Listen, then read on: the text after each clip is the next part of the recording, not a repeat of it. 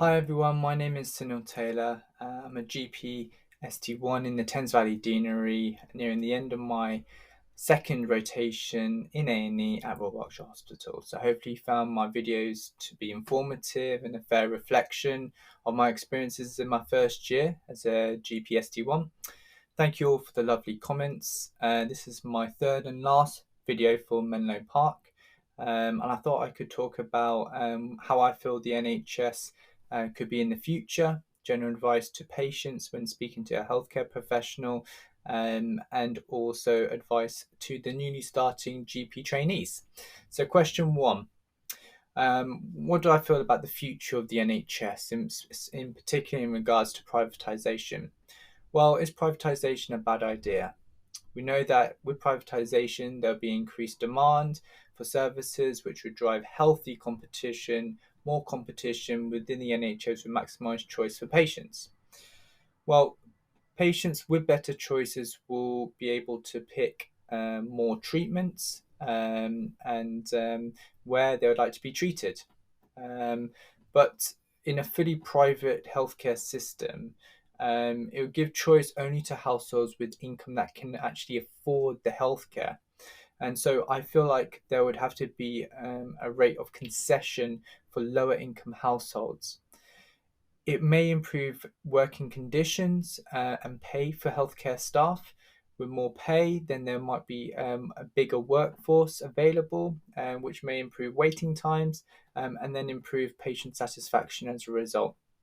More money for the NHS would mean more money that can be invested back into the NHS to improve its healthcare system. Private companies, however, aren't obliged to show their and be financially transparent in how they use their resources. And so that means possibly a lack of governance, lack of transparency, and lack of accountability. And also, finally, I think, is it ethically wrong for the NHS to go fully private? Well, the NHS has always been the fairest way to deliver the best healthcare. And so will private firms only focus on profit margins? And therefore, if services are deemed to be unprofitable, does that mean then there'll be no incentive to continue that service? And then there'll be a lack of continuity of care for patients.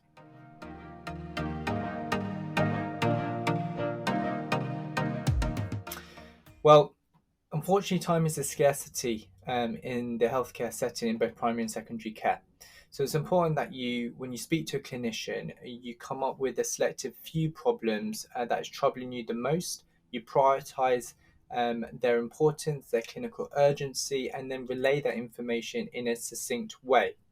So if you find it easier writing it down in bullet points, then please do. Be always truthful and honest in your answers. And if you don't know, just say. If you'd like the clinician to contact the next of kin, then please do tell us. We can get really quite busy in trying to action the management plan and often forget to inform the next of kin.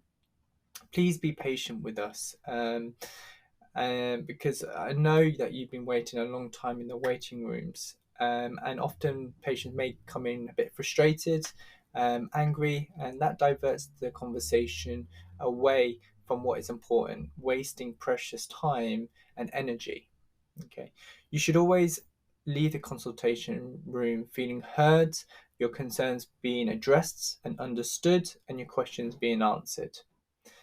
And last of all, treat others how you would like to be treated.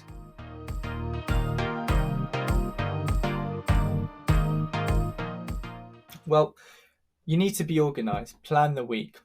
Try to do one piece of portfolio evidence per week so that you don't leave it to the last month, because you need to show engagement in 14 fish, in particular in our service here, throughout the year.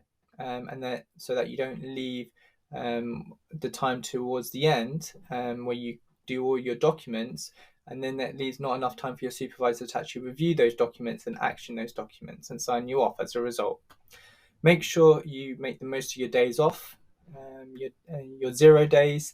Plan to do socials, attend events, engage with hobbies and activities, And on your shift, make sure to take regular breaks. I can't stress that enough. Whether that's 5 minutes, 10 minutes, drink plenty of water and have some food. Okay. Know when to take a break, because if you can't take care of yourself, then how are you meant to take care of patients? Engage, network with senior individuals, be curious, ask questions, be proactive as well in thinking about your specialty post CCT. For instance, diplomas in obs and gynae, family medicine, sports and exercise medicine, dermatology, for instance, and then use your study leave. Go to conferences, go to events, shadow different specialties, go on courses, for instance. Lastly, when doing your QIA or QIP, make sure you plan early so that you have time to do the reaudit and the cycle. So that's it from me. Thank you very much for listening to my third and my last Menlo Park video. It's been a very insightful opportunity for me. Thank you, Menlo Park, for the opportunity. If you found this short video to be helpful, then please feel free to add me on LinkedIn, and also follow Menlo Park as well, so that you can see a range of other different educational videos and advice from the other GP trainees throughout the country. And for the last time, do take care of yourself and stay safe.